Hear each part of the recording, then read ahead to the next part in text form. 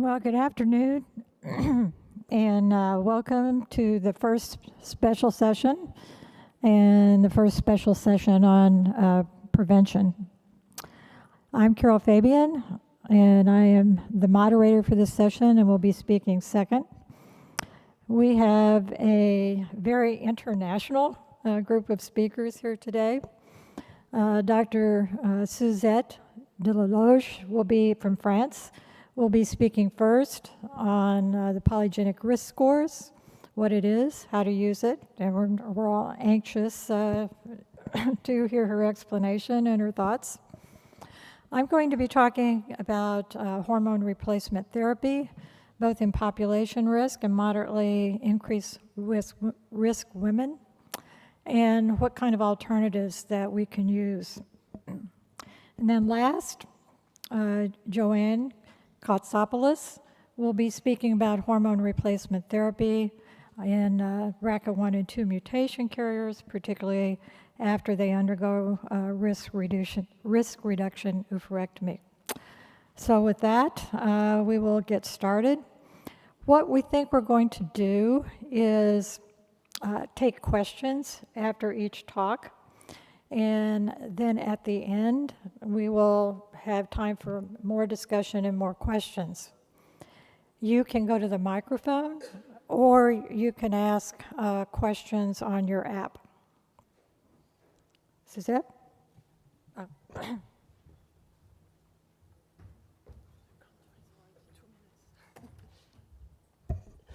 Thank you very much for this wonderful opportunity to present at this incredible meeting. So, about polygenic scores, these are my disclosures. The other one is that I'm a medical oncologist. So, what is a polygenic score and how is it used? So, we have to recall some basic data about what are SNPs. Single nucleotide polymorphisms. These are variations, single variation of single DNA base pair in the genome that in comparison with other individuals of the same species. So what we know is that these variations are very frequent. It's about one every 1,000 base pairs. So this comes to 4 to 5 million of these variations per genome. So very frequent variations. So in monogenic diseases, a single gene is altered and drives the phenotype. It can be dominant, like in cancer. It can be recessive, like in cystic fibrosis, for instance. While for more complex diseases, it has been shown that some of these diseases could be linked to numerous DNA alterations, DNA variants, SNPs, that either a bit increase or a bit decrease the risk. This is true, for instance, for coronary disease, but it's true for many other diseases as well, including breast cancer. So regarding this kind of complex diseases, there are variants that are very infrequent and that lead to a very high risk of disease. For breast cancer, of course, it's BRCA1, BRCA2, PALB2, TP53, etc. variants. There are variants that are in between, still in a dominant manner, like CHEK2 and ATM. And the SNPs are here, the very frequent variants, very rare, very small effect, but very frequent in an individual. So a polygenic score is an aggregation of many of these polymorphisms, and while a single polymorphism cannot inform a risk of disease very properly, most of the times, a score of several polymorphisms or numerous polymorphisms can assess the risk of a disease, and it is always relative to a population. So let's remember that it has to be relative to a population. So instead of PRS, polygenic risk score, we currently say more PGS, polygenic score, in order not to mix with the clinical scores that are used for risk assessment. So the relative impact of a single SNP, again, is small. In contrast, the impact of a polygenic score could be very useful and have a clinical utility. And this has been very recently summarized and very nicely in this Nature Reviews Cancer publication. So PRS have been developed over the past 20 years by big teams in US and in Cambridge, especially out of GWAS, very large databases. So the development of a PGM involves, or PGS, involves selecting a set of SNPs to be included and being able to assign for each SNP a specific weight. Very importantly, the correlation between SNPs, because some SNPs have common effects and are very correlated between each other. The correlation has to be taken into account, so there is a need for defining a threshold and also being able to eliminate those that are very closely correlated to each other. And after you get a PGS, you have to see whether it's very discriminant. In the left panel, for instance, not very discriminant, because if you look at the distribution of the PGS for cases and control, it's almost identical. So the AUC of your PGS will be quite low. On the right panel, in the opposite, you see that the distribution for cases and controls is rather different, and it leads to an AUC that could be of interest to come to the clinic. So regarding the different PGS that have been developed in cancers, for breast cancer, we have the most advanced level of evidence, and we have amongst the highest AUCs for PGS, the highest discriminatory effect. It's around 0.64 at best, but let's remember, we'll talk of that again, it's mostly for Caucasians, and most of these PGS have been developed in Caucasian databases. Anyway, among the most promising, if we look at that and compare across different diseases, breast cancer is amongst the most promising because of this discriminatory ability to differentiate people at high risk and people at quite low risk. And you see here that having a big discriminatory effect does not mean that the clinical utility is high. For instance, right now, predicting Alzheimer's disease is not something that people want in routine, unfortunately, maybe in the future. So, well, just to mention that there is this open PGS catalog where you can find almost now 4,000 PGS that have been developed and described in more than 500 publications, so that's very useful.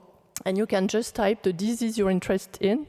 It's related to more than 600 traits, so very interesting. This is something an academic and very collaborative work.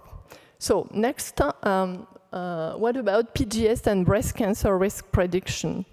So the PRS 313 will be mentioned several times here. It's the latest PRS that has been described by the Cambridge team 4 years ago, and it has one of the highest discrimination and one of the highest levels of evidence ever. This is the discrimination in lifetime on the left panel and at 10 years on the right panel. So you see that it's quite interestingly interpreting the data and able to identify women who have a rather high risk of developing a breast cancer, but also women at low risk of developing a breast cancer in their lifetime or at 10 years. It's true for all cancers, but it's also rather true for ER-negative cancer. The only thing is that the risk is much lower, but the discriminative power seems quite interesting as well. And this latest PRS has been on purpose developed to include SNPs that also take into account ER-negative breast cancer. So this is the AUC that has been obtained, is 0.639, so really not bad, native AUC, but mostly on Caucasians for any cancer over breast cancer. ER positive 0.65 and in ER negative 0.61, which is not bad. Adding more SNPs, for instance, here with more than 3,800 SNPs, increases just a bit the ability of the discriminatory ability, and it's more complicated analytically. So if we look at the odds ratio, the odds ratio are relatively stable across age groups and ER status. So this is something that predicts for your lifetime and over different ages, a bit less powerful for very old ages. And you see that the odds ratios are almost identical for ER positive and ER negative. The only thing is that the risk, the absolute risk, is of course lower for ER negative. So we are here with PGS. Now, what do we have if we add a PGS to clinical data? This is what has been done in the past 10 years, and adding clinical data to a PRS really increases the discrimination, and the other way around. So you have a discrimination that is much better, that's the blue curve, either for a lifetime or 10 years if you add clinical data. So these are the scores that have been developed first outside of PGS, and PGS have been inserted in lots of scores. We will speak of them again after that, like Gale, Tarakudzic, etc. Here we see the effects of integrating a PRS into risk scores in this recent publication. But if you look the other way around, you take a PRS and you add the risk score, the effect is almost the same. So unfortunately, it does not increase the AUC over 0.7 most of the time. So chance is still a big player here, or other factors that we not clearly identify. A very interesting mean for clinical utility is reclassification. Can we identify women who are very likely to develop cancer or very unlikely to develop cancer? And this is based on the ICAR model and different cohorts from different countries, but mostly Caucasians once again. And for instance, here it's predicting low-risk women. And each time, in each country, if you use the model, native model and native model plus SNPs, you see that you increase your ability to predict women who will not develop breast cancer. Whereas in the high-risk group, you really increase your ability to really predict the ones, your sensitivity to predict women who will develop cancer. So that's quite interesting. That's the actionability here.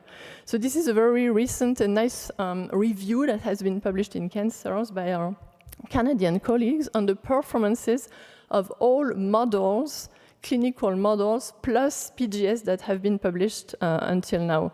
So this is with Tarakudzic. This is the Breast Cancer Screening Consortium BCSC model. This is the famous BODICI or CanRisk. These are other models like the ICAR or no models, just the clinical variables, and this is Gale model. So many, many publications. Level of evidence of each of them is quite variable. Some of them are in different situations, like BCSC is really in a very screening population-based, and the AUCs are somewhere between 0.5 to 0.7 for the best one, so it's quite interesting for clinical utility. You are able with this to identify people at higher or low risk with quite a good certainty, let's say. It's not perfect, of course, but it's not bad. Next question, can we predict the risk of aggressive cancers? Because the problem, if you use a PGS and a score and that it predicts only for good cancers, you will increase your rate of overdiagnosis and you will not have an effect on mortality. So in the PROCAST prospective study, they have quite reassuring data, but this is based on Tarakudzic model plus only 18 SNPs. And what Garrett Evans showed is that in PROCAST, with this model plus PGS, is not the PGS alone. The woman who had a low risk of disease also had a low risk of bad disease, more grade 1, less grade 3, less advanced disease, less ER negative. So that was quite reassuring. If we look at the PRS 313 alone outside of the model, this has been very recently published. It's outside of MindAct and BCAC. What we show is that the PRS 313 alone, without a model, is associated with more favorable breast cancer features in BCAC and MindAct, more lobular cancers, less grade 3, and less ER negative. But you remember that PRS 313 has been built also to incorporate ER negative specific SNPs, but it's mostly based on ER positive. These were the ones that were identified first. Despite this, it didn't turn at all to any prognostic effects in women who had a breast cancer. So we cannot use PRS for prognostication in women who have a breast cancer, and we cannot predict good or bad breast cancer among women with high risk or low risk. We have few data regarding that. So next step is, could we use PGS to refine the risk, not in the general population, as we saw before, but among carriers of deleterious dominant gene alterations? And this is quite interesting. In the upper curves, this is BRCA1 and 2, so you can refine a bit, but they still remain at very high risk. So it's not very clinically useful. The gray curve is in the general population. And if we look at the others, these are PALB2, CHEK2, or ATM carriers. So very interestingly, in this situation, it could refine the risk and identify women carriers of these intermediate genes that would be at higher risk. This is also what is shown in this. There are many, many publications on that, so I've just summarized. In this recent publication, there are again an effect. So in the general population and family history population without any alteration, the odds ratio of the PRS is 1.6, 1.8. And the effect among the carriers, intermediate gene carriers, is around, with odds ratio around 1.8 to 2.5 at most. So it's rather equivalent to the native effect of these gene alterations. Next step. Can we use this PGS in a family clinic? Very important question, of course, for geneticists. And it's been shown in the previous paper we just saw before with an odds ratio of 1.8. And in this study as well and other studies, that the PGS could refine the risk identification in women with family history outside of any deleterious alteration. So there is big need there. And it could, in this study, it could change the screening recommendations in 27, 36, and 34% of the cases, USA, UK, and Netherlands, based on the current recommendations. So it could have an interest.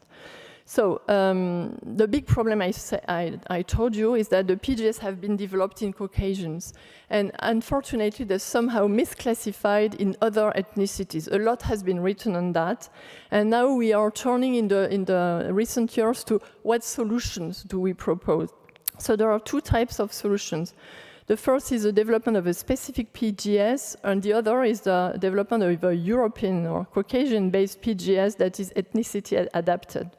So this first paper in the middle panel pleads in favor of developing a specific PGS. While on the right panel, it's a bit different. This is a PGS that has been developed for patients or women in Singapore, and you see that it does not really apply in the other Asian ethnicities. So that's a problem. And finally, there is probably an importance of a population-specific calibration and not only ethnicity. It's more than ethnicity, so that's a big problem for the general use of PGS. And the next big thing is, if we wish to use PGS in the future, I mean, we have lots of data, what do? We need prospective validation. We will speak about that. But just for you to know that this is where we are, AUC is up to 0.7 with complex scores, including variables, clinical variables, breast mammographic density, and the PGS. But recently, very interesting publications used just image analysis, artificial intelligence-based image analysis. And just with this, they had AUC that were close or even better to what we have. They were only compared to models without PGS, but that's quite a thing, I would say. So our, oh, it doesn't show out anymore. Okay, sorry. Thank you. So are the breast cancer polygenic score actionable, and how? That's the big question today. So the first move that has been made is for stratified screening, because it's a very important need because of, you know, all these false positive findings, overdiagnosis, all the criticism against the current breast cancer screening. There is this very interesting recent paper, an UK modeling of the utility of a PGS for cancer screening in UK. And it's quite interesting to see that they identify that between 37% for breast cancer to almost 50% of some other cancers could be identified years before by a PGS. We could identify 37% of the women who will develop a breast cancer just based on the PGS. So the model they proposed, the strategy is to extend the current screening to PGS-defined higher risk quintiles of all cancers. And for breast cancer, on the left panel, for instance, it turns to another 1.5 lives saved, death averted, versus 3 overdiagnoses. So not so bad, but it could be interesting on the right panel, for instance, for colorectal cancer as well. So these are the models that are currently proposed and quite interesting in the general population. So PGS, where are we? There has been this development, validation, clinical validity on retrospective cohorts. Now we need data on the clinical utility. This is typically driven by prospective data. 2 types of prospective studies. Prospective cohorts, and there is the ongoing perspective in Canada, the PROCA study in UK, and of course the gold standard randomized control trial. One of them is Wisdom in US, and the other one is MyPEPS. And of course I will talk about MyPEPS. It's the one that I coordinate in Europe. So in MyPEPS, we wish to demonstrate the utility of risk-based screening. So we have finished in July accruing more than 53,000 women in 6 countries, 40 to 70 years age, and they were randomized between standard screening during the next 4 years and risk-based screening based on PRS 313 inserted in a risk score. So it defined low-risk women that had have their next mammogram in 4 years, intermediate risk, high-risk women, yearly mammogram, and very high-risk women, yearly mammogram and MRI. The primary endpoint is the incidence of stage 2 and higher breast cancer, but we have to wait another 4 years, so the primary results will be in 2027. So we need what to do in between. So beyond screening, can we also stratify prevention? You will be surprised, but there is almost nothing in the literature regarding that. There is this publication showing that lifestyle has even a higher impact on breast cancer risk in higher PGS women. So that's interesting and very actionable. Another thing that has been also recently published is that identifying a high PGS motivates a bit more the woman, and it doubles the intent to use endocrine preventative agents. That's the intent, not the real use. So that's all we have. Based on this, the current recommendations, mostly in the US, for women who are identified at high risk based on score, is to propose a risk reduction medication, including endocrine agents, of course, but this does not recommend the use of a PGS. It's not recommended yet, but based on the absence of a prospective validation. And the problem is that the thresholds proposed to identify a high risk are quite variable across the guidelines. It's also true, a bit true in UK, but most of the European countries do not propose assessing risk this way right now. A very important point, what knowledge on the functional role of the different SNPs that are involved in the scores could we use, could have actionability to propose prevention beyond just endocrine prevention? And very surprisingly, or not so surprisingly, there is almost nothing regarding that. Little actionability has been yet derived from what we know from these different SNPs. There are very, very different modes of action, as you see here. So this is a bit sad, especially given all the data that we have on breast cancer carcinogenesis, very recent, very interesting data on the genomic mechanisms, but also the role of the micro and macro environment that is so crucial. So this could play a very big role. So what are the gaps right now, towards implementation? This has been very nicely described in this paper published 3 years ago by Nora Pashayan, towards risk-based breast cancer screening and prevention. How do we build the evidence? There's a lot necessary beyond all I've shown you to ensure the implementability. We need to have technology readiness, societal preparedness, applicability, sustainability, and equity. That's a big, big thing. So what do we have regarding that? In MyPeps, we have preliminary data, and it's been interesting to see that for the first time, we could deliver in real time the assessment of a PGS in more than 26,000 women in the participants in 6 countries. And it was the PGS worked well, and it was very stable, and it was very identical in terms of discrimination here in the 6 different countries. We could deliver this in a short-term turnaround time, 7 weeks, so that was good, except in the COVID period, and with only 1.2% failures, so that's really very good. So it's very feasible, technically speaking. The big problem we encountered is the health professionals. Health professionals who were investigators in the study, we had around 800. They really needed more education. They had a low knowledge on PRS. This is something that has been published several times.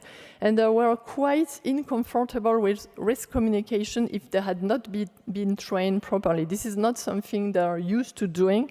We are outside of medical oncology. We are in field with radiologists or GPs who are really not well trained for doing that. And this turned to some of them picking the women that just wanted to propose the trial and propose the strategy, and some of them did not very broadly select the patients, the women that proposed the trial. Another very important point is that there is a crucial role for digital tools. This has really to be driven by digital tools, enabled by digital tools to sustain the risk assessment, the risk communication, the stratified prevention delivery and follow-up. So I won't detail the scheme, but you can understand that this is very complicated. This comes with issues in terms of data protection, etc., etc. A very big question, what is the impact on anxiety and cancer worry? We have data from the UK studies, recent paper by David French. They compared the state anxiety in women in the NHS screening. At 6 months, you see that the anxiety was higher, for some reason I ignore, whereas in the BC Predict, where they delivered the risk assessment, it didn't change mostly. So interesting information, and it didn't change and was identical across the different risk groups. So it's not a major driver of anxiety. I think women have many other causes of anxiety nowadays. And just to mention that the baseline anxieties can be quite different across countries or across times, of course. So you see that for some reason, in MyPeps, Italian women were more anxious than French ones, and that the other ones, I don't have any explanation for that. Italy looks really good. But so there are several gaps and issues that remain despite our huge effort. So this is a list. It could be much longer, but very rapidly, how and when to use to assess this PGS in a lifetime, at 25, at 5 years old, at 50. What is the perception and the adherence of the public and the society? So we have data, but scarce data. We need a formal demonstration of the clinical utility in screening, that's ongoing, but also in prevention, not only in screening. We want to have an effect on mortality. How to guarantee the equity? That's a real, very important problem to me. So economical models are ongoing. There are some legal, regulatory aspects. The HCP training is crucial. To my opinion, we need specific HCPs to deliver that kind of risk-based prevention in the future, and not the current ones we have. We need to avoid fragmentation. And so should a panel testing, that's a big question. Panel gene testing also proposed, that's a big question that always comes. So in conclusion, the polygenic score have a high level of demonstration regarding their analytical and clinical validity for breast cancer risk prediction, and mostly for invasive breast cancer risk prediction. I did not mention that. The definitive demonstration of clinical utility regarding stratified screening is ongoing, and hopefully we'll have this information in the next coming years. That's for the general population. So that's a very big move. It means risk stratifying the general population.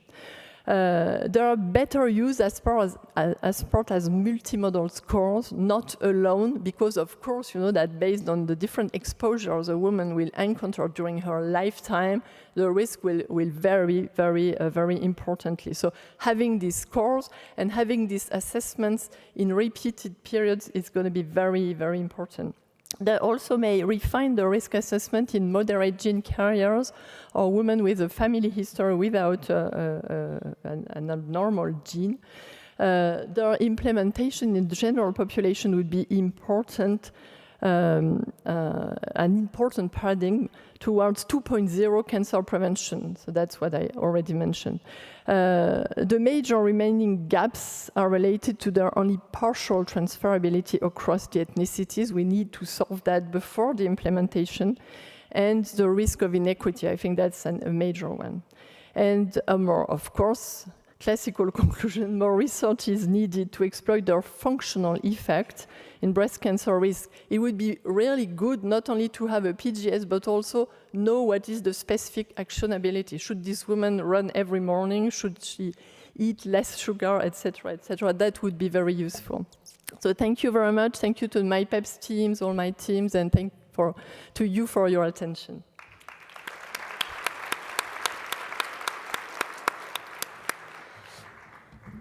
Why don't you stay there?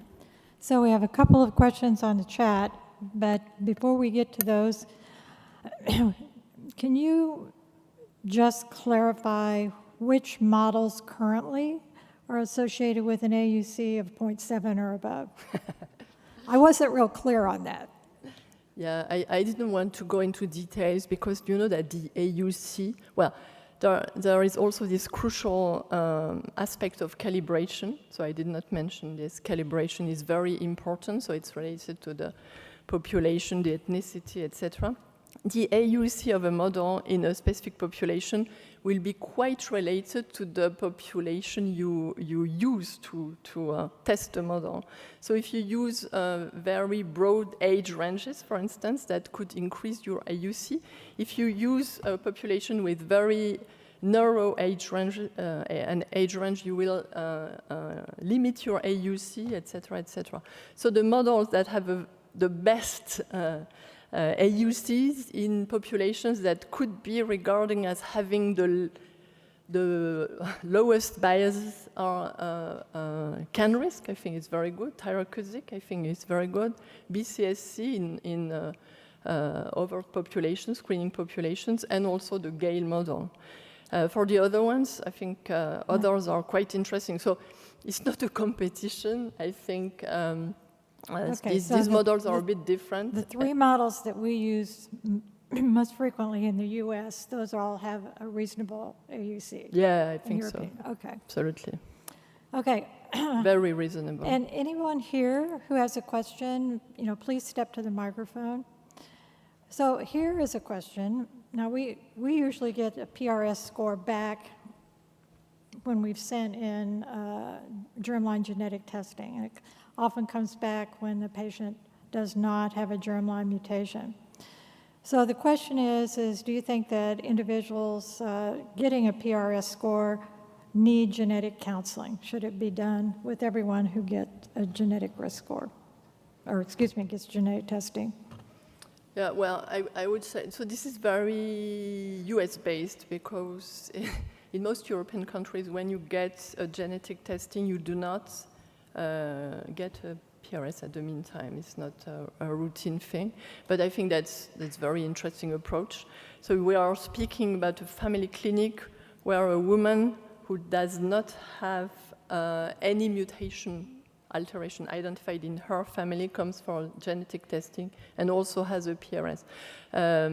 So it's I think she should have received some kind of counseling before, and I think she should receive counseling afterwards on what to do with this. And just giving her the PGS to me is not something very powerful, because based on the exposures she will have had, if she's 40 or 50 or 60, based on her breast mammographic density, family history, history of breast biopsy, her own risk could be modified quite reasonably. So I would see her indeed in the clinic, counseling and use a score, insert the PGS in a score, and propose her an adapted screening and adapted prevention based on that. Okay. Middle microphone, please identify yourself and institution. Yeah. Hi, I'm Irene Acerbi. I'm with ExaiBio, spin-off of UCSF. My question is, what is it going to take to make risk-based screening into the guidelines? Because I think a PRS will be the next step to have an improved tool, but currently in the clinics, most women don't get a risk assessment, and that would open the door for further tools for the clinicians to recommend them and use all this knowledge that we have for screening, prevention, and early detection. So physicians find it is expensive, they don't do it. We would need to, in the US system, create a code, a reimbursable item in the health system. What do you recommend? So thank you very much. I absolutely agree. In terms of real cost, and that's the problem with the equity I mentioned, the real cost right now of doing genotyping is very low. It's overall at most $200. That's the real cost if you do it in an academic setting, etc. And you do it once in your life. So that's okay. The problem is if you want to do, if you want to use PGS for different diseases, it's not that easy because you need. The best thing will be to have a whole genome sequencing and use that to inform. So it's a bit more costly, but it would be once in a life. So I think the economical model would be good. And it could then be used to inform different types of risk with a reasonable certainty. For some of the PGS, you would need to impute a bit, but on sequencing would be quite perfect. So I think the next generation model would probably not be on genotyping, using genotyping, but using sequencing. Yeah. Thanks. Okay, one more question. So I'll leave it to Dr. Fabian's discretion as to whether we should address We're this having now. a lot of trouble hearing up here. There's an echo or something. So Seema, could you speak is up? that better? Yeah. Okay. So I leave it to Dr. Fabian's discretion as to whether we should address this now or in the panel discussion. But my question, so congratulations, Dr. Delaloge, on your study. MyPebs, it is a futuristic study, which along with wisdom is really going to help us understand some of these issues better. You showed some data though, and I'm wondering, if you have some thoughts about this decision about overdiagnosis versus increased detection of cancer. So you showed some data from the UK that including these newer methods of risk prediction, one would gain the detection of 1.5 cancers at the cost of 3 overdiagnoses. So I'm wondering, whether you in the MyPebs design or in general thinking about this have some idea about what that balance should be and what's tolerable in terms of increased detection and overdiagnosis. And then, of course, there's the biology of the detected cancers, which you referred to as well. Yeah, that's a very good point, very good question. Indeed, a major risk would be to increase the overdiagnosis. This is exactly what we don't want. So what we want, and indeed this is why we picked the stage 2 and higher breast cancer incidence as the primary endpoint. It's also because it's the best surrogate for specific mortality. So what we expect is that we will decrease overdiagnosis in the model for the low-risk women, but we could a bit increase the overdiagnosis for the high-risk women who have more mammograms. This is clear, but overall, the idea, and this is a major secondary endpoint in MyPebs, measuring overdiagnosis. Also, it's not easy during 4 years. You know that we cannot properly and very well assess overdiagnosis in a 4 years period, but it's a major secondary endpoint, and we are aiming to have a 10 years follow-up to be able to refine that a bit. It would be a mess if we increase the overdiagnosis. I do agree with you. What we want is to save more lives and to avoid bad cancers. So efficacy is a thing, toxicity is another. We need to be aware of that, of course. I agree with that. Quick comment to follow up, which is your study and the TMIST study are running in parallel. TMIST has no PRS evaluation, and TMIST has the same definition of a meaningful cancer. So many trials are run in parallel over world. I think we will be very able to collaborate and analyze the data commonly. Thank you very much. Thank you. There are many more questions in the chat that we couldn't get through, but somebody will answer the questions in the chat in a written form, or we can hopefully have some of them at the end of the discussion.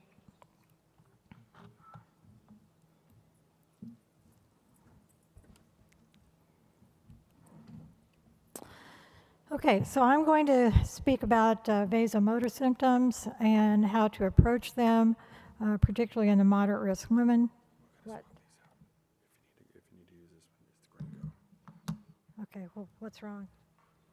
If you want to use the wireless mouse, you can use that. Okay, thanks. And I have no disclosures. What we've learned from many observational studies is that vasomotor symptoms occur in about 70% of women at some time during the menopause transition and early menopause. They generally start early in the transition when women are still menstruating and peak in late transition when a woman has missed at least 2 of her menstrual periods. About 30% of women who have these symptoms say they definitely interfere with their job performance and other areas related to quality of life, and 10% find these symptoms intolerable.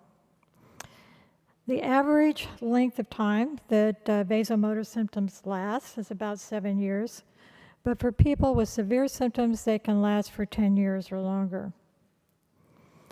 Interestingly enough, in late menopause, when hormone levels are very low and stabilize, the vasomotor symptoms disappear. So the vasomotor symptoms appear to be related both to a lowering of the levels of estrogen, increase in gonadotrophins, and a lot of day-to-day fluctuation of both. Moderate to severe vasomotor symptoms are those that really need attention, and they're more likely in women with an abrupt early menopause, either from oophorectomy under the age of 45 or chemotherapy. Women who have a BMI greater than 30 kilograms per meter squared. Women with high baseline anxiety even before the menopause symptoms starts. People that have had a history of heavy smoking. African American women, and polymorphisms of the neurokinin 3 receptor. And interestingly enough, these last 2 may somehow be related to each other. Well, what in the world is a neurokinin 3 receptor, and what does it have to do with hot flashes? Well, neurokinin 3 receptors and signaling is important both for ovarian estrogen production and for control of the thermoregulatory center. So there are both neurokinin 3 receptors as well as estrogen receptors on the KNDy neurons in the hypothalamus. These KNDy neurons produce some pretty important neurotransmitters. They have some exotic names like kisspeptin, which in turn cause a GnRH pulse, increasing FSH and LH secretion from the anterior pituitary and inducing the ovary to produce estradiol. Estradiol actually acts as negative feedback on the neurokinin 3 receptor signaling. During the menopause transition, the reduced levels of estradiol and probably the increased levels, combined with the increased levels of LH and FSH, get rid of this negative feedback on neurokinin 3 receptor signaling. These candy neurons happen to sit adjacent to the thermoregulatory center. So when these neurons start to go crazy, this signaling stimulates the thermoregulatory center, which believes that even very small increases in core body temperature need to be addressed. Drops in estrogen also reduce serotonin. And serotonin is another important modulator of neurokinin 3 signaling. So with a drop in serotonin and a drop in estrogen, you get hyperstimulation of the thermoregulatory center, and it thinks that the body temperature is too high, so you start to sweat and you start to flush, even with very minor stimulus to do so, such as alcohol, anxiety, associated with various activities. Well, how do we treat moderate to severe vasomotor symptoms with pharmaceutical agents? Well, nothing beats hormone replacement therapy in terms of effectiveness. Estrogen, with or without a progestin or progesterone, is 75% effective. And it's thought to be useful and recommended for menopausal women under the age of 60 or women within 10 years of their last menstrual period, as long as they don't have any contraindications, such as breast or uterine cancer or prior stroke or predisposition to blood clots.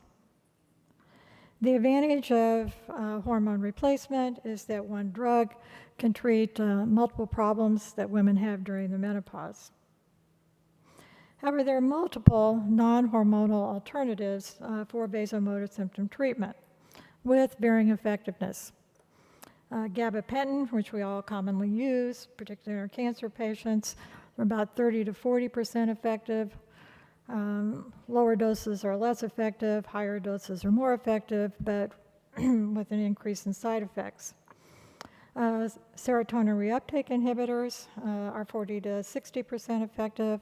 Oxybutynin, commonly used for overactive bladder, is thought to be about 50% effective. And the newest one on the market, fezolinetant, NK3 inhibitor, is about 50% effective. It's also effective in taking money out of your wallet. The problem with the non-hormonal alternatives is if you have more symptoms with menopause than just vasomotor symptoms, you may need to use multiple drugs to treat all the symptoms. Well, what are other benefits as well as side effects of some of these pharmacologic treatments? Well, for hormone replacement, I've already alluded to this, you can have improved genitourinary symptoms, improved sleep and mood. It can help, especially if instituted before osteoporosis is present, can help prevent osteoporosis as well as osteoporosis-related fracture. And for women who've had an oophorectomy at a very young age, particularly below 45, it can reduce premature heart disease as well as premature cognitive problems. What about benefits to some of the non-hormonal treatments besides improvement in vasomotor symptoms? Well, gabapentin can improve sleep. In fact, if you take gabapentin in the morning, you might be a little too sleepy during the day. The serotonin reuptake inhibitors can definitely improve mood. Oxybutynin can be useful if you have bladder hyperactivity or hyperhidrosis. And fezolinetant, since it actually reduces LH, may help reduce symptoms of polycystic ovarian syndrome.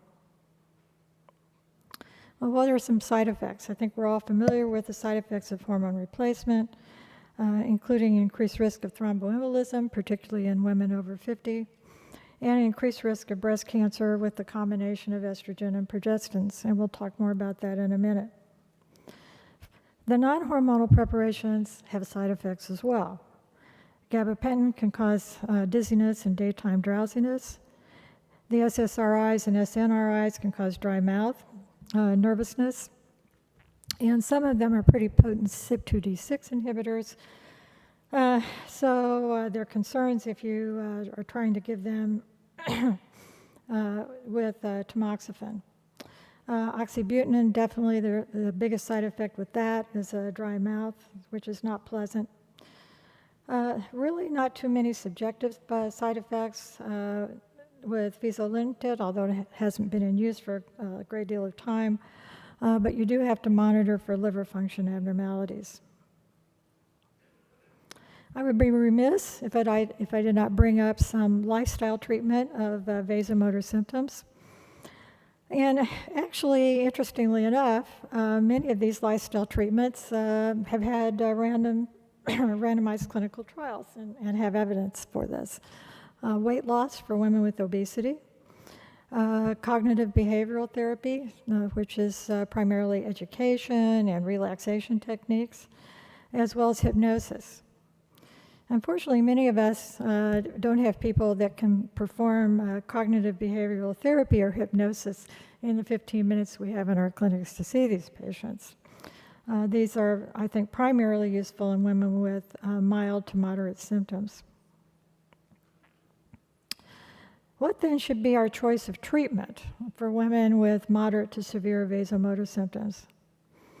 Well, it probably depends on where they are in the risk continuum and whether or not contraindications are present. So for a population risk woman with no medical contraindications, some type of hormonal therapy is probably the first line. For women with contraindications or breast or uterine cancer, I go with the non-hormonal therapies. But what about the women somewhere in between that are just at moderately increased risk for breast cancer? Which one should they have? Well, unfortunately, information on risk associated with hormone replacement therapy is not, for the most part, in moderately increased risk women. That information is quite limited. So we really have to look mostly at population risk studies. I think, however, what we can say, it's both from randomized clinical trials as well as most observational studies, is there is little to no excess risk of breast cancer associated with estrogen alone replacement therapy, which can be given to women with a prior hysterectomy. The major and largest randomized clinical trial, obviously, is the Women's Health Initiative. In that trial, conjugated equine estrogens were given in a dose of 0.625 milligrams per day compared to placebo. Unfortunately, the age at randomization was about 10 years past when women normally have these symptoms in the first place. And only about 30% of these women could be considered at increased risk by the Gale model. So most of these women are population risks. Mammography was required at baseline and was administered or was suggested every year while the patient was on treatment. The average treatment duration was 7 years, but 50% of these women had had hormone replacement therapy prior to entering the trial. The follow-up, depending if you're looking at overall or extended phase, was somewhere between 16 and 20 years. The outcomes were somewhat surprising. There was actually a reduction in risk for breast cancer by about 22%. Since conjugated equine estrogens are a combination of a lot of different compounds, including equilin, which may have some SERM-like qualities, this is not really out of the question. Importantly also is there was a 40% reduction in breast cancer mortality for women taking conjugated equine estrogen alone. And for women who are between the ages of 50 and 59, there was actually a decrease in all-cause mortality. We didn't get the same answers from the collaborative group on hormone and breast cancer when they looked at a massive amount of information from prospective observational trials. The estrogens administered were a conglomeration of estradiol and conjugated estrogen. The age at start was more like the age at start of menopause, average of 50. We don't know what these people's risk was. And we really don't know how often mammograms were administered for most of the people on these trials. The mean duration of treatment was about 7 years in prior users and 10 years in current therapy. And the follow-up was very similar, 20 years. The outcomes, whether for conjugated equine estrogen or estradiol, were really about the same. A hazard ratio of 1.3. And these were for people who were still getting therapy for 5 to 14 years. And these hazard ratios are very similar whether people got oral or transdermal treatment. The hazard ratios were much less for people who'd had prior treatment and were now off. And interestingly enough, there was no increase in risk for obese women using estrogen alone, and there was no increase at all in risk of vaginal hormones. Well, what is the difference between these two studies? Well, it's two totally different cohorts. And in addition to the concentration on the hazard ratios for people currently taking long-term estrogen, we really do not know whether there was a discrepancy in mammogram frequency between those that were on hormones and those that were not on hormones, which could lead to ascertainment bias in the observational groups. What is the same between randomized controlled trials and observational studies is that there is a persistent excess risk of estrogen plus progestins. In the Women's Health Initiative, taking conjugated estrogen and a progestin for 5 years resulted in a hazard ratio of 1.3 for invasive cancer. There was no significant increase in breast cancer mortality, although there was still a hazard ratio of 1.3. There was no change in cardiovascular or overall mortality. The observational trials essentially showed the same. They tended to have a longer duration of current use, but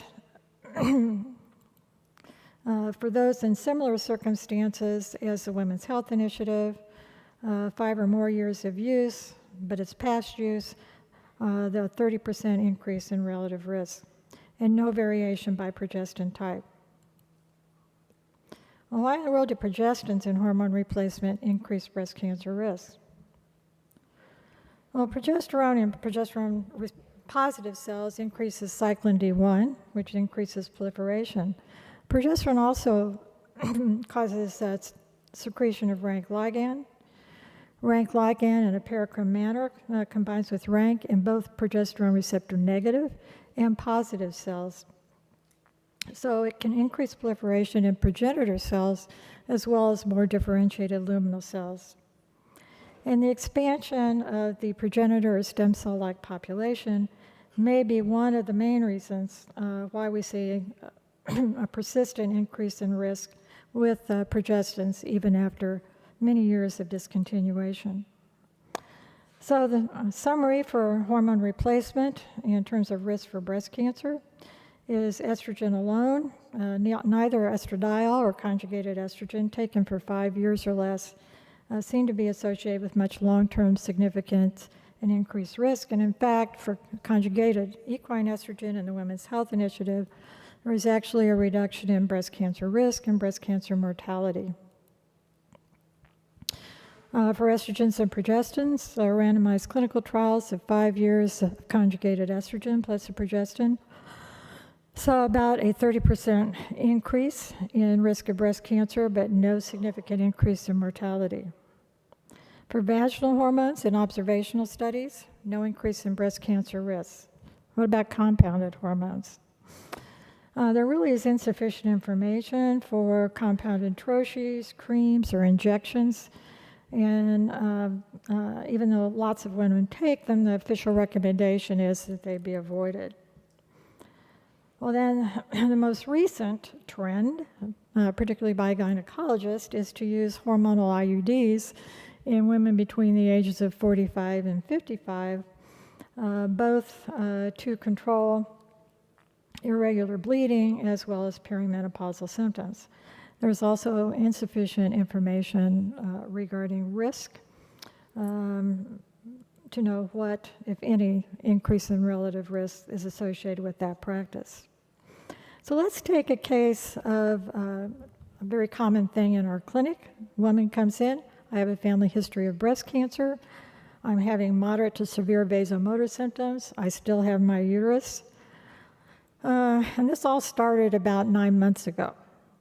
I tried gabapentin and an SNRI at first, and had some relief, but it's no longer working. I am miserable, and I want something done.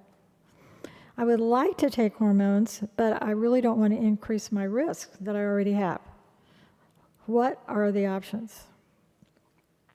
Well, one option to relieve her vasomotor symptoms without increasing her risk is the combination of basidoxifene, a SERM, and conjugated estrogen instead of using estrogen and a progestin. Basidoxifene is anti-estrogenic both in the breast and the uterus. Relatively short-term studies suggest that not only relieves hot flashes very well, but there is no increase in the risk for breast cancer. It shows no increase in endometrial hyperplasia, which would be about 30% after 12 months with estrogen alone. And it's FDA approved both for relief of hot flashes and prevention of osteoporosis. Based on some very encouraging preclinical studies, basidoxifene actually is currently being studied as a possible chemoprevention agent. This is a schematic of a trial that's being headed at Northwestern by Swati Kulkarni. This is the window of opportunity trial. So in women with ER-positive DCIS. So after this initial biopsy, women are randomized to basidoxifene and conjugated estrogen versus placebo. And then 4 weeks later, they undergo resection of the DCIS. Primary endpoints in this trial are Ki-67, but Swati is looking at multiple molecular markers. This trial has been ongoing for some time now. It will probably complete accrual next year, and we also hope for some preliminary results in mid to late 2024.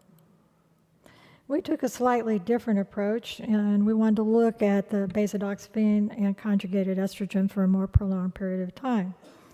So in a pilot study, we gave this drug for 6 months in a single-arm fashion to women who were at increased risk of breast cancer. They did not have DCIS, however. And we found improvement in multiple imaging and breast tissue markers, both a reduction in Ki-67, a reduction in multiple estrogen response genes in about 2/3 of patients. And we also found a reduction in volumetric mammographic density measures. All the while that the people were also getting reduction in their vasomotor symptoms that went median hot flash score decreased from 15 to 0.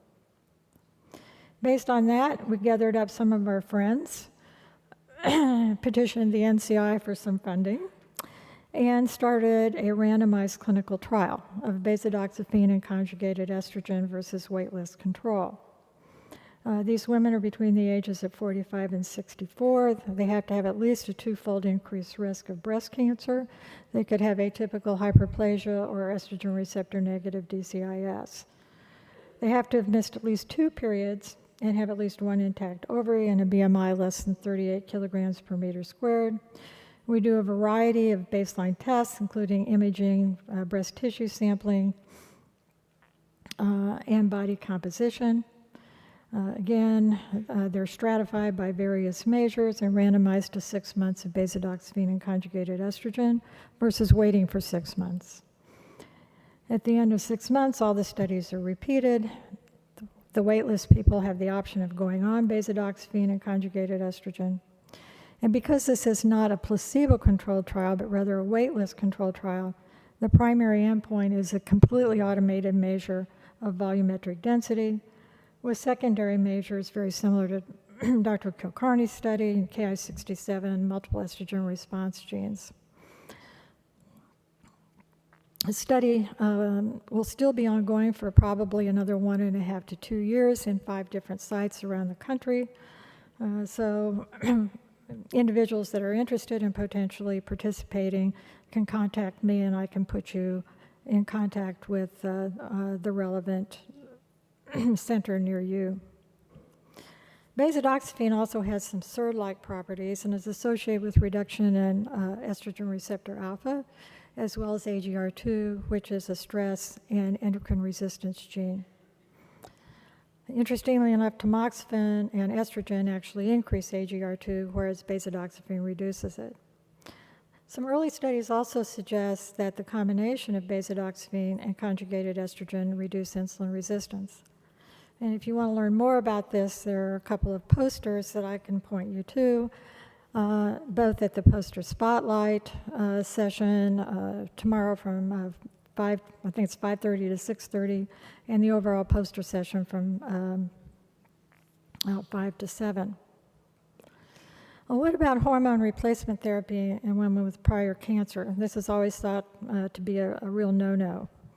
Well, randomized trials with estrogen and progestin show increased recurrence, but observational studies with selected types of patients really haven't borne this out, particularly for triple negative or low-risk ER positive. Unfortunately, the selection bias in the observational studies is huge. The randomized trials, I think you're all familiar with, the HABITS and the Stockholm trial. The first one with continuous progestin had an early stop at 2 years because of an increase of various kinds of recurrence. The Stockholm trial, which had intermittent progestin and also allowed tamoxifen, was stopped early because of increase in contralateral cancers, although with late follow-up, the event rate was similar. As I mentioned, in observational studies, the recurrence rate for triple-negative cancers was no different between HRT compared to no treatment. In ER-positive early-stage studies, there was no difference, primarily in women that were given tamoxifen, but there was an increase in event rate if the adjuvant treatment was with an aromatase inhibitor. Again, selection bias in these trials, the observational studies, is quite large. This is going to be covered in a little more detail by the next speaker, but there seems to be a little excess risk with hormonal contraceptives. The excess risk of breast cancer and ovarian cancer is actually reduced. What about fertility agents? Obviously, there's no randomized trials with fertility agents, but in meta-analysis of observational studies, there is no demonstrated excess risk for breast cancer with either clomiphene or gonadotropins or some combination of both. So in summary, for treatment of moderate to severe vasomotor symptoms, women at population to moderately increased risk with no contraindications, hormone replacement therapy is probably the most effective treatment. No uterus, 5 years or less of estrogen alone is not going to increase the breast cancer risk. If the uterus is present, beta-doxyphene and conjugated estrogen is also not likely to increase the risk. A small increase in risk will be present if you give 5 years of treatment with estrogen and a progestin.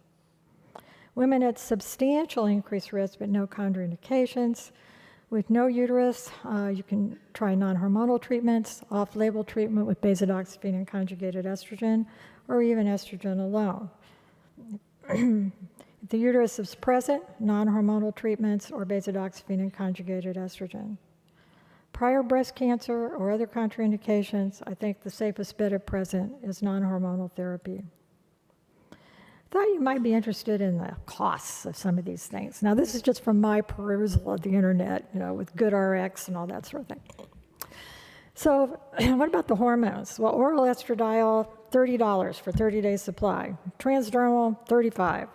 Oral progesterone, $15. Combined estradiol and levonorgestrel, $240 for a 30-day supply. Oral conjugated estrogen, the old Premarin, $200. Oral conjugated estrogen and medoxyprogesterone acetate, $240. And oral conjugated estrogen and basidoxifene, $200. What about non-hormonal? Gabapentin, dirt cheap, $11. Paroxetine, $30. Oxybutynin, $14. And then there's fezolinetrant, $550 with your GoodRx coupon. Now, obviously, these costs don't take into account insurance coverage. I thank you very much for your attention and be happy to take questions.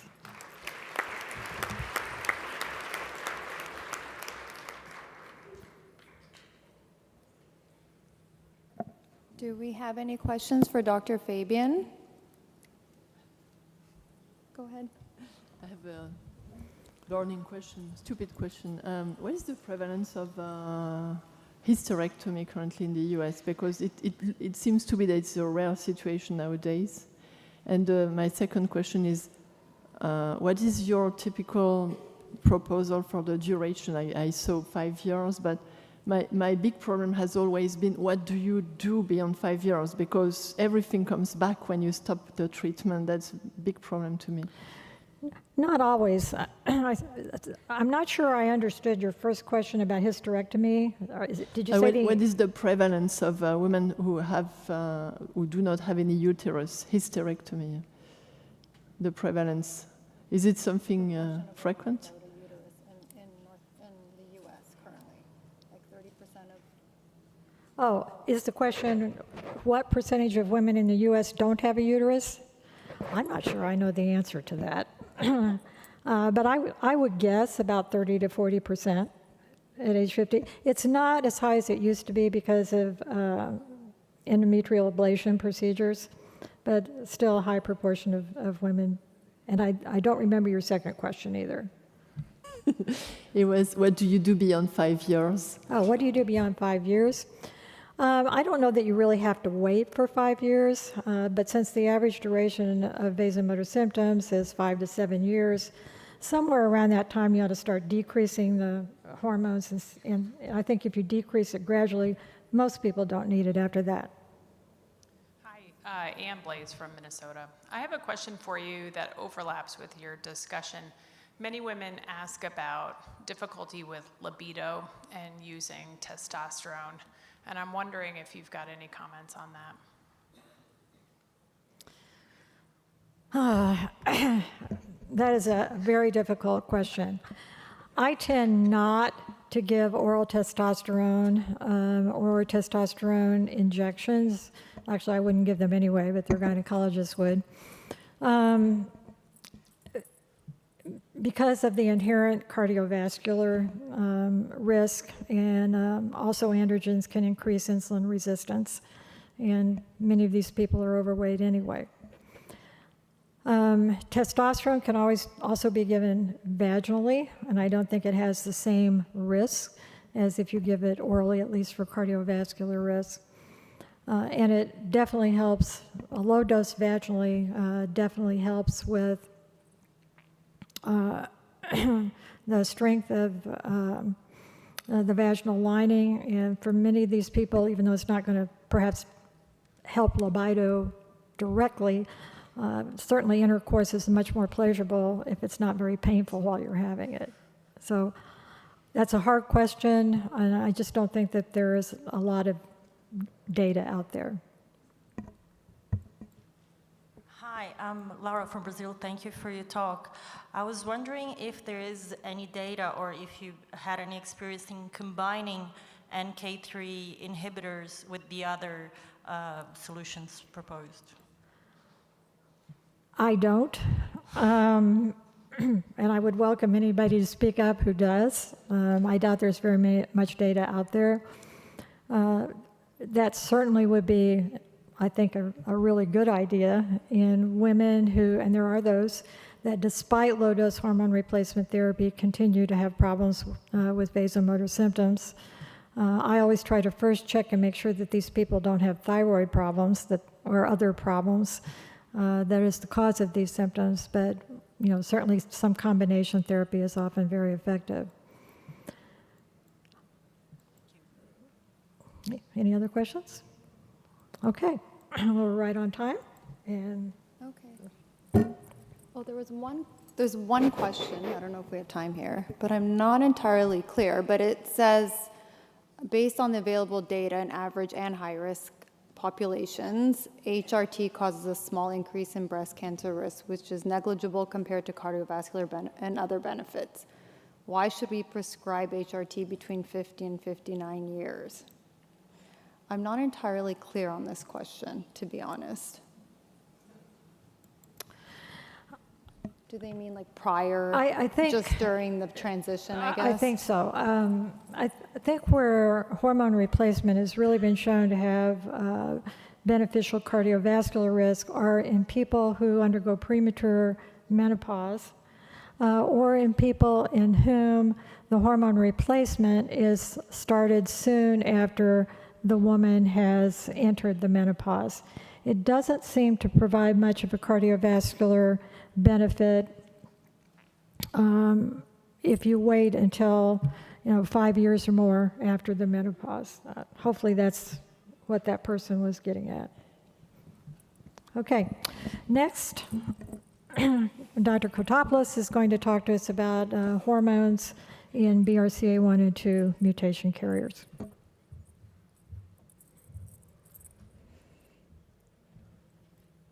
Okay, hello everybody, and thank you for the opportunity to present a very complicated topic. And today I will be focusing on high-risk populations, and I have no conflicts to disclose. So I thought I'd try to answer the following questions during my presentation. First is, does tamoxifen prevent BRCA-associated breast cancer? Next, are oral contraceptives associated with BRCA cancer risk? Is treatment of infertility a risk factor in this population? Is it safe to use HRT after oophorectomy? And then some summary and gaps in the literature that we're hopefully trying to answer with our research program.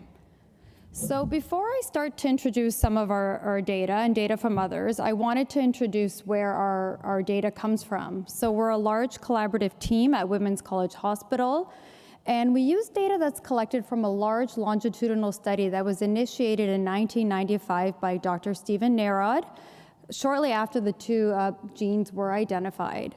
And since then, we've enrolled individuals from across the globe, and we're very thankful to our collaborators. And this is a truly typical longitudinal study where women are enrolled at the time of genetic testing, and we follow them every 2 years and collect very detailed information on various exposures and outcomes. And currently, we have over 19,000 women with a mutation that have been enrolled and are under follow-up. So I'm sure most of you in the audience are familiar with the NCCN guidelines for managing high-risk populations, specifically women with a pathogenic variant or mutation in BRCA1 or 2. And we know that many of these women will opt for enhanced imaging aimed at early detection. Some will opt for risk-reducing mastectomy, which of course is the gold standard and best way to prevent breast cancer in this population. And then there's the consideration of risk-reducing agents. And specifically, when we think about chemoprevention in BRCA mutation carriers, the one option that comes up is tamoxifen. Oops, I don't know where that came from. Unfortunately, I need to put my glasses on, number one.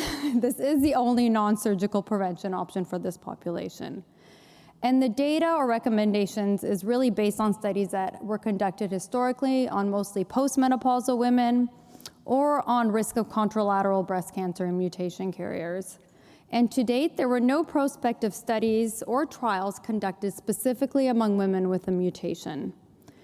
And so given the historically low use of tamoxifen in this population and the need to really figure out whether or not this drug would prevent disease in these women, we thought we would revisit this question. So unfortunately, even in our cohort of over 4,000 women who would have been eligible for a prospective analysis, we had very few users of tamoxifen or raloxifene, so less than 5%. So instead of conducting a prospective study, we decided to conduct a pseudo-randomized trial where we were going to match 202 women who had used tamoxifen to 496 women who did not use tamoxifen, and then follow them over time. In total, 22 breast cancers were diagnosed in the exposed groups, so 10.9%, compared to 71 or 14.3% in the never users of tamoxifen or raloxifene. And so although this was based on very small numbers, this is just a snapshot of the main analysis. So we found that use of tamoxifen or raloxifene or either drug for at least 2 years was associated with about a 60% reduction in risk. So this was not statistically significant, but we cannot rule out a clinically important effect right now, because the level of risk reduction was similar to what we've seen in trials in the general population or higher risk populations. This was a prospective study design, but we were really underpowered even in our large cohort, given to the low rates of exposure. But we know that adherence, uptake, and prescribing remains low. So this really begs the question of whether there is a role of tamoxifen chemoprevention specifically for BRCA mutation carriers. We know from the literature that it prevents postmenopausal ER-positive but not ER-negative disease, and we know that BRCA1 mutation carriers tend to be diagnosed prior to menopause and have triple-negative disease. Tamoxifen use, although it is associated with the reduction of risk in the general population, does not seem to have a mortality benefit. There are several side effects that really dissuade women from using tamoxifen. And of course, many mutation carriers are opting for MRI imaging as an alternative. So what about other medications? There's a lot of discussion in the literature about repurposing existing drugs, such as statins, aspirin, maybe using low-dose tamoxifen, and anastrozole more recently. But one of the most promising agents is likely a rank ligand inhibitor, which is known as denosumab. And there's been a lot of important preclinical and experimental evidence which really points to an important role of the rank ligand pathway in the development of breast cancer, and in particular for women with a BRCA1 mutation. And so this has really brought into the limelight the potential to use a rank ligand inhibitor that's used for osteoporosis worldwide, and it's been on the market for several years. And it's important because this drug, denosumab, is an anti-rank ligand inhibitor and blocks this rank pathway that's been shown to specifically be hyperactivated in mutation carriers. So this is really emerging as a promising agent for chemoprevention in BRCA mutation carriers. There is one international trial that has been initiated that is underway, and there's been a lot of discussion still about whether women would be willing to use a drug to prevent disease. So that's still a lot to be seen with this drug. So the next hormonal exposure I'm going to talk about are oral contraceptives. Oral contraceptives are very important to a young woman. They have a lot of important indications beyond pregnancy control, use for acne, and several other indications. And usually women will initiate contraceptive use before they even know they're a mutation carrier. We know in the general population there is a transient increase in risk of breast cancer with use of oral contraceptives, but this tends to go away after stopping use. But the evidence for mutation carriers is really unclear. What is clear, though, is that oral contraceptives do significantly protect against ovarian cancer in BRCA mutation carriers. And this snapshot of a large meta-analysis shows that the evidence is consistent, whether we look at case control or prospective studies. And there's a similar reduction in both BRCA1 and 2 mutation carriers. But as is the case for mutation carriers, everything is a balancing act. And although this is a breast cancer symposium, we also have to think about ovarian cancer in this high-risk population. And so we really have to struggle with what are we trying to do, prevent ovarian cancer, prevent breast cancer, or maintain quality of life. So from this same meta-analysis that was recently published, we can see that there have been quite a few studies conducted among BRCA mutation carriers. The evidence as a whole does suggest an increased risk of breast cancer with oral contraceptive use that might be stronger with earlier use of contraceptives. But again, there's not evidence on whether this association disappears after stopping use, whether the effect is similar in BRCA1 and BRCA2 mutation carriers. This is a really important clinical question that I haven't answered in this talk. However, if you go to this poster spotlight discussion in a couple days, our team collaborated with Dr. Kelly Phillips and several others to try to conduct a very large collaborative study, taking a close look at oral contraceptive use and breast cancer risk. And hopefully there's some more definitive answers to that question. So stay tuned for Thursday. So along with traditional oral contraceptives, we really have to start thinking about contemporary hormonal contraception, because we know there's an increase in use of non-oral long-acting reversible progestin-based contraceptives, so the use of IUDs, implants, and injections. And again, when we look at the literature in the general population, there still seems to be an increased risk of breast cancer with use of these progestin-containing drugs.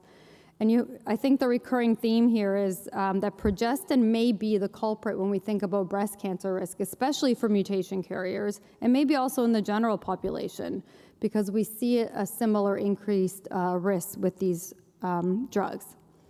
But we don't know the impact on BRCA cancer risk, so that's another unknown. But our team has looked at the impact of these LARCs, or progestin-containing non-oral contraceptives, and the risk of ovarian cancer more recently. And one of our graduate students took a look at this. This was published last year. And again, we can see that contraceptives, oral contraceptives, are associated with a significant reduction in ovarian cancer risk. What was reassuring is that we consistently see a reduction in ovarian cancer risk with these other methods. Again, the numbers were quite small because our cohort is not as young. A lot of the women had traditionally used oral contraceptives. So we're not hoping, but we expect to see an increase in use in these other types of contraceptives to further evaluate this. So what about fertility treatment? Unfortunately, there's very little that has been conducted in this high-risk population looking at the impact of IVF or treatment for infertility and the risk of breast and/or ovarian cancer. So for the purpose of this presentation, we thought we would also again take a quick look at our data set in Toronto in our large risk factor study. Unfortunately, there's very few women who have used this to conduct a really robust analysis, so this is really preliminary data. But here I've shown some of the odds ratios. That should not say hazard ratio, this is an odds ratio. So we took a case control approach for breast cancer and ovarian cancer. But what we're seeing here is that there's likely no significant increased risk in breast or ovarian cancer with the use of treatment treatment for infertility. So now I'm going to switch from breast to ovary for a minute, because we really can't ignore the important role of risk-reducing bilateral salpingo-oophorectomy, or oophorectomy, in this high-risk population. This is very important in preventing this fatal disease. We know there are no screening options for early detection of ovarian cancer. So this is a really important recommendation for high-risk women. This is the NCCN guidelines, but the guidelines are similar globally. And along with preventing ovarian and fallopian tube cancer, which is the primary goal of this surgery, there is also a reduction in all-cause and site-specific mortality with this surgery. But again, as Dr. Fabian mentioned, there's a lot of important non-cancer outcomes associated with early surgical menopause. The literature is quite clear in carriers and non-carriers. But to date, the studies that have looked at the impact of oophorectomy on mortality, including our studies, have been based on small sample sizes. They had some biases and very short follow-up periods. So if we're going to continue to recommend this surgery at an early age, we need to make sure we have accurate estimates of risks and benefits. So more recently, we conducted an updated analysis of bilateral oophorectomy and all-cause mortality in women with a BRCA1 or 2 mutation. So this was a purely prospective study, whereas historically we may have included women who had had an oophorectomy prior to their enrollment, but in this case, all women were unaffected with cancer and had not had an oophorectomy at the time of enrollment. And we followed them from the time of enrollment until more recently, or age 75, or our last follow-up. So in this prospective study, there were 4,332 women included. 2,932 had an oophorectomy at some point. 1,400 did not have an oophorectomy. There were 228 deaths after approximately 9 years of follow-up. There were 3.8% of the women in the oophorectomy group. There were 112 deaths, or 3.8% in the oophorectomy group, 116, or 8.3% in the no oophorectomy group. And then when we plotted the projected cumulative all-cause mortality in mutation carriers, I think it's very obvious that there's a striking difference in the survival of women who did and did not have an oophorectomy. So this is projected all-cause mortality was 25% in the oophorectomy group, which was significantly lower than the 62.4% in the no oophorectomy group. Similarly, but not as strong, and again, this is often the issue, that there's way fewer BRCA2 mutation carriers in our cohort, and so often we're underpowered. But for the sake of this presentation, just showing that there was still a difference in all-cause mortality in BRCA2 mutation carriers, although not statistically significant. However, if we ran an adjusted analysis, so the curves were unadjusted, we can see that there is a consistent 60 to 64% reduction in death with oophorectomy in women with the BRCA1 or 2 mutation. So again, reiterating an important role of this preventative surgery. So the impact on death is profound. The study was quite large. It had a longer follow-up period. But again, there were some limitations. Our cohort is still fairly young, so it's hard to estimate whether there are any other negative impacts on other conditions, such as cardiovascular disease, diabetes, or other non-cancer outcomes. But the important message is that we still need to mitigate the adverse impact of early surgical menopause if we're going to continue to recommend this surgery by age 35 for BRCA1 and a little bit later, age 45 for BRCA2 mutation carriers. So how can we mitigate adverse outcomes? Obviously, what comes to mind is hormone replacement therapy and the use of HRT after oophorectomy. And we have previously published on this in 2018. This study had only included BRCA1 mutation carriers, and we compared the risk of breast cancer with and without HRT use and by hormone type. When we compared women who did and did not use any HRT, we saw no difference in the cancer incidence, which was reassuring. But when we stratified by estrogen alone versus an estrogen and progestogen containing HRT, we saw a significant difference, in particular for women who had had an oophorectomy prior to age 45. So we can see right here that the survival curves are quite different, about a breast cancer incidence of 8% compared to about 24% in the estrogen and progestin containing formulations. But that study also had some limitations in that we did not include BRCA2 mutation carriers.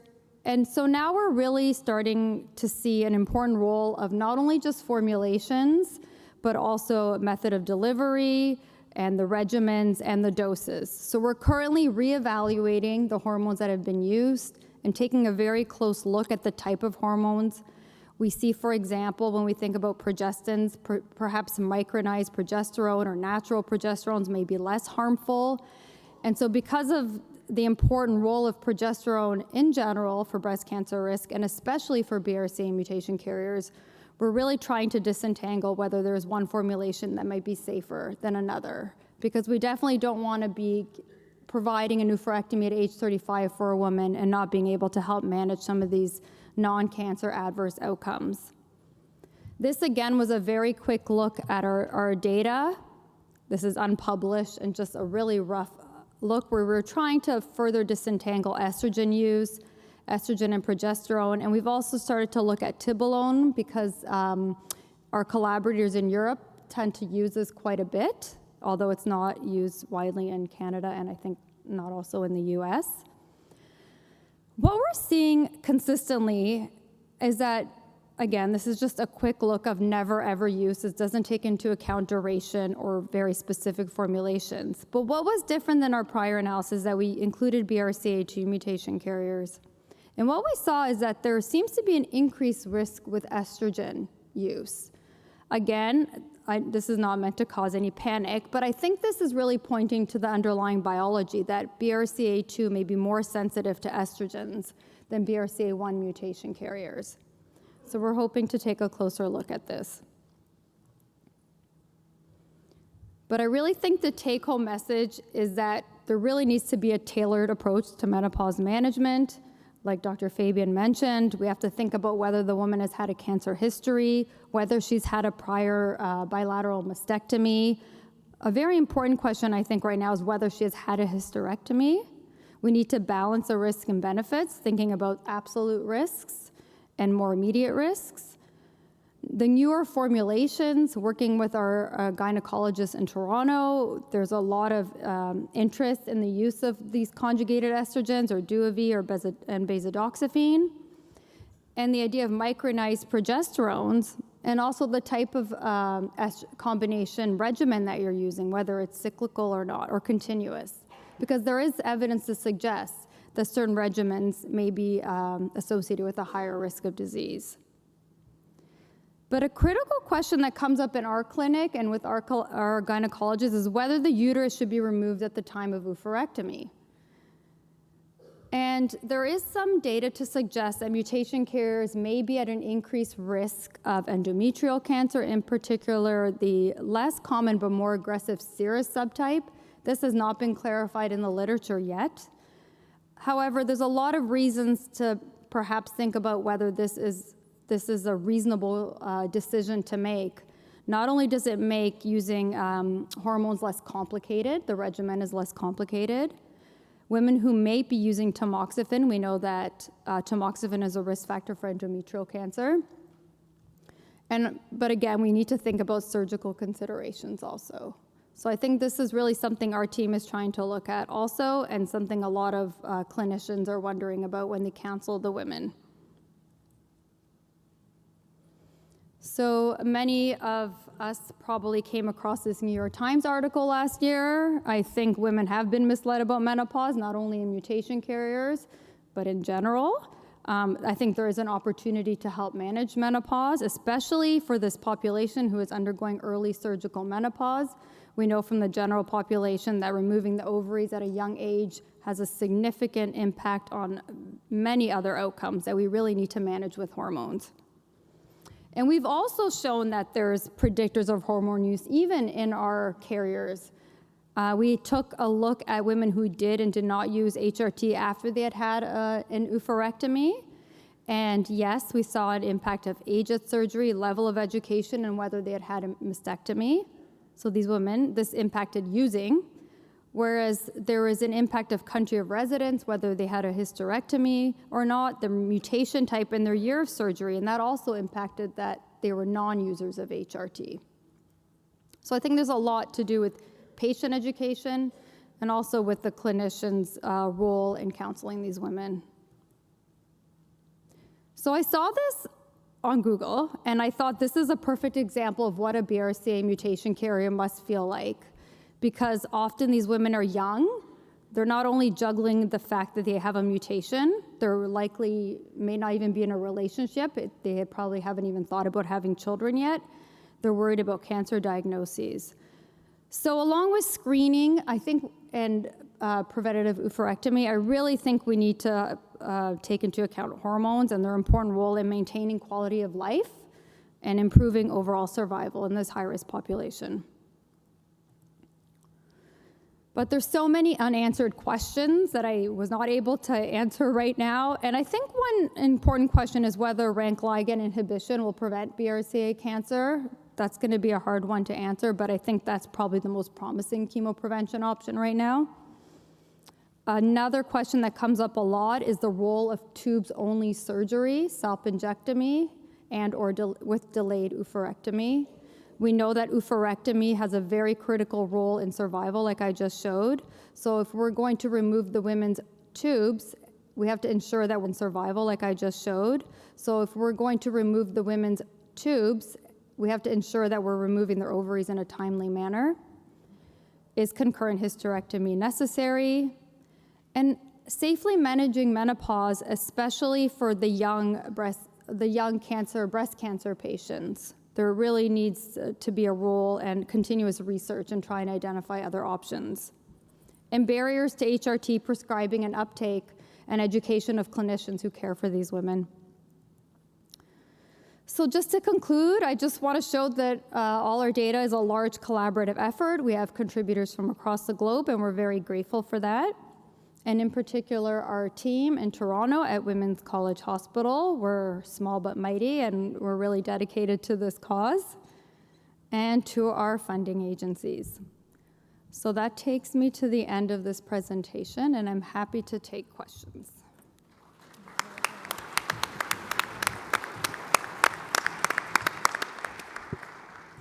I have a question over here. Sorry. Oh, is somebody already at the microphone? I have a question while people are going to the microphone. In your cohort where you found a 64% reduction in death or improvement in survival, what was the average age at oophorectomy, and what proportion of those women took hormone replacement? So very good questions. I'm going to try to remember, but I would say about a third were before age 4. It was surprising, actually. They weren't as young as we would have expected. A third, I would say a third before age 40, a third between 40 and 50, and then a third over 50. I don't remember exactly the average age. It's in the publication. As for HRT, there was a small subgroup analysis that took HRT, but the rates of HRT were not as high as we would have expected. Okay, center microphone. Hi, Monique Tiffany. I'm from Boise, Idaho. I also work for Myriad. But I had a couple of questions, or actually maybe just one question, regarding the data that you shared on the ineffectiveness of tamoxifen in BRCA carriers. Given the fact that about 60 to 90% of BRCA1 carriers present with triple negative breast cancer, where BRCA2, it's more like 20 to 30%. I'm wondering if that ineffectiveness is because you combined both of those, or are there studies that have showed like those differentiated? So great question, and of course I couldn't show everything, but that paper is published, and we did look at BRCA1 and 2 separately. I think unfortunately, which was a take-home message, there were so few women using it that just to show a more robust analysis, I showed the combined analysis, but the relative risks were similar actually in carriers of either mutation. But again, the confidence intervals were wide, and none of the associations were significant. Thank you. Go ahead, and please identify yourself. Yeah, Cesar Cabello from Brazil. Professor, I have a question. The data you show us about the increase of breast cancer risk in HRT patient BRCA2, this population is the population with intact breasts, isn't it? If you study bilateral risk reduction mastectomy, you have the same impact of HRT in BRCA2? So that is the risk of breast cancer. Yeah, okay. So, because in my country, we do a lot of breast risk reduction mastectomy in this population. And the people is wondering about using HRT after oophorectomy in this population. And you show the data about the 3 times risk of breast cancer in BRCA2 patients, but I suppose that this population have intact breasts in it. Yes, 2 intact breasts. Okay, So yeah. in your which is why things are complicated. So your population, that woman may be easier to counsel. She's had a mastectomy, so Yes. she can she's had an oophorectomy, and now she doesn't have to worry about taking HRT. Okay, all right. Because some people, sometimes I can hear something about that, and that's a little bit confusing for us. Okay, thank you very much. Yeah, so those women were all unaffected. They had no cancer at the beginning, and they had both breasts intact. Absolutely. And then we followed them until they developed breast cancer or no cancer. But if they had a mastectomy in the follow-up period, they were removed from the analysis. Because in our country, it's very hairy. Don't have mastectomy reduction, bilateral reduction, and just oophorectomy. Okay, we used to do the both of technique in this population. Okay, thank you. Joanne, it would also be very interesting to look at your data from the standpoint of were they given hormone replacement before the age of 45 to 50 or after? My guess would be if you kept the hormone replacement under the age of 45, you would not see an increased risk in the BRCA2s. And were they given a progestin in addition to the estrogen? Mm-hmm. So the first analysis we did, we also truncated at age 45, and that's where it was the strongest effect on the breast cancer risk. Okay. Go ahead. I'm from Tata Memorial, Mumbai. I was just wondering if you think there is any role of olaparib or the PARP inhibitor in the preventive or the prophylactic area in BRCA mutated patients. Over here. Oh gosh, I don't know if I'm the right person for this, but based on my understanding is that drug is associated with several harmful side effects. So I'm not sure that that's as promising, but it is a possibility. It makes sense. And I know there's a lot of interest, but I think the toxicities associated with it might make it challenging, but I'm not an oncologist, so I'm not sure. Marisa Weiss, breastcancer.org over here. What if you have a patient who presents with hormone receptor positive disease and has a Mirena IUD in place? Are you recommending removal of hormonally active IUD, and particularly in a person who's like using that IUD to manage some of the issues around difficult menorrhagia and all kinds of other things like that? I know, it's so challenging and complicated and no guidelines, but if a woman has had cancer, then if we look at the literature, Dr. Fabian suggested we should likely remove the IUD. Again, I'm not a gynecologist or an MD, and this is why it's important to continue to do some of the survivorship work and see if we can figure out a way to mitigate for even a short-term amount. But there's nothing in the literature that I know of, but based on the evidence, I would recommend no hormone use. That's really a very important question. Getting out of the realm of BRCA carriers, not a lot, but some clinicians who put a perimenopausal woman on tamoxifen will also put them on a progestin-containing IUD, both to prevent problems, not that we really know that it does, but both theoretically to prevent problems from tamoxifen, as well as prevent contraception and possibly reduce vasomotor symptoms from tamoxifen. And we really do not know the safety of that at this time. Thank you. And we had Hi. Go ahead. Can Go. I? Go ahead. Oh, sorry. Oh, on the left side. Hi, shall I just take my question here? Sure. Hi, thank you for a very elegant presentation. I'm John Benson from Cambridge. I just wanted to pick up again on this issue of the BRCA2 carriers and the increased risk of about 3.46 in those who've taken just estrogen alone. So this increased risk in the BRCA2 carriers is presumably related to, BRCA2 associated breast cancers being hormone receptor positive, as opposed to the BRCA1s, which are usually, hormone receptor negative. Good point. And I was debating whether I wanted to show that or not. And again, I wouldn't, that's just unpublished, just a quick look at our database. And yes, from a biological standpoint, it makes sense that they would be more responsive or have an increased risk with estrogen. And similarly, when we looked at oophorectomy and breast cancer risk historically, where we were seeing more biases, we don't see an impact as much anymore on breast cancer risk with oophorectomy, but it is a little bit stronger for BRCA2. Again, driving this whole estrogen, underlying estrogen responsiveness in BRCA2. But again, we still need to look, the more you read about hormones, and we know that the conjugated equine estrogen might be protective. So we want to disentangle like the estradiol users, the different types of hormones that are being used right now. Thank you. And that was just all estrogen together. Yeah, great. Seema, Seema Khan from Chicago. and we can't hear you. Sorry, I'm doing that again. Is this better? A little louder, sorry. Okay. So my question actually is a follow-up on Dr. Benson's question, which is about the estradiol use and the threefold increased risk in BRCA2 carriers. I was really surprised to see the next line on that table, which shows an odds ratio of 0.4 for E plus B in BRCA2 carriers, which is really at odds of our understanding about E plus B and breast cancer risk, particularly in view of the data that Dr. Fabian showed with regard to the other signaling that happens around progesterone. So I wonder if you have any insights about that divergence in risk, threefold increase with estrogen and halving of the risk with E plus B.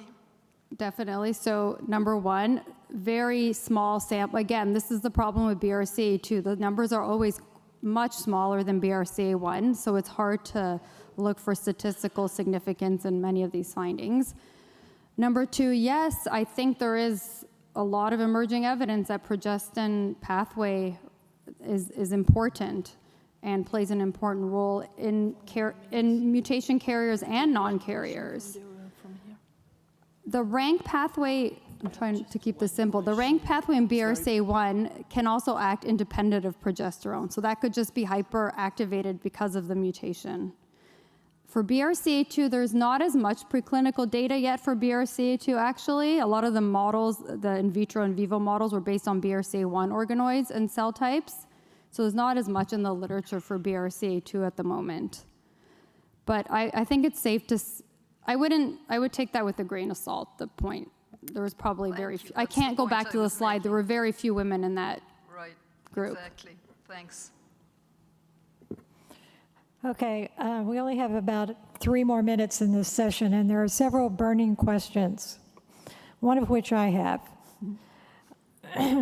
Given the problems surrounding progesterone and the minimal risk to young women from a hysterectomy and the difficulty once you've taken out the ovaries of getting the uterus removed, unless there is some other indication, why would we not pretty much recommend that a hysterectomy be done at the same time as a BSO?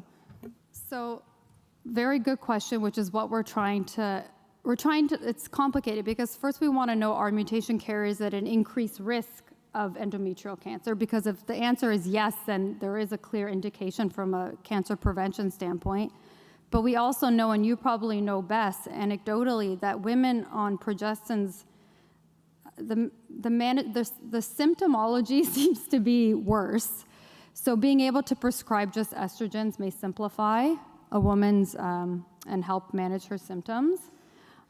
A lot of us in discussion in Toronto are thinking perhaps concomitant hysterectomy would be the best approach. Go ahead. Well, I think in terms of quality of life, libido, etc., it's a very strong surgery with lots of side effects, etc. So. At least in France, it's not something we would easily consider. And in Toronto, it's very physician specific.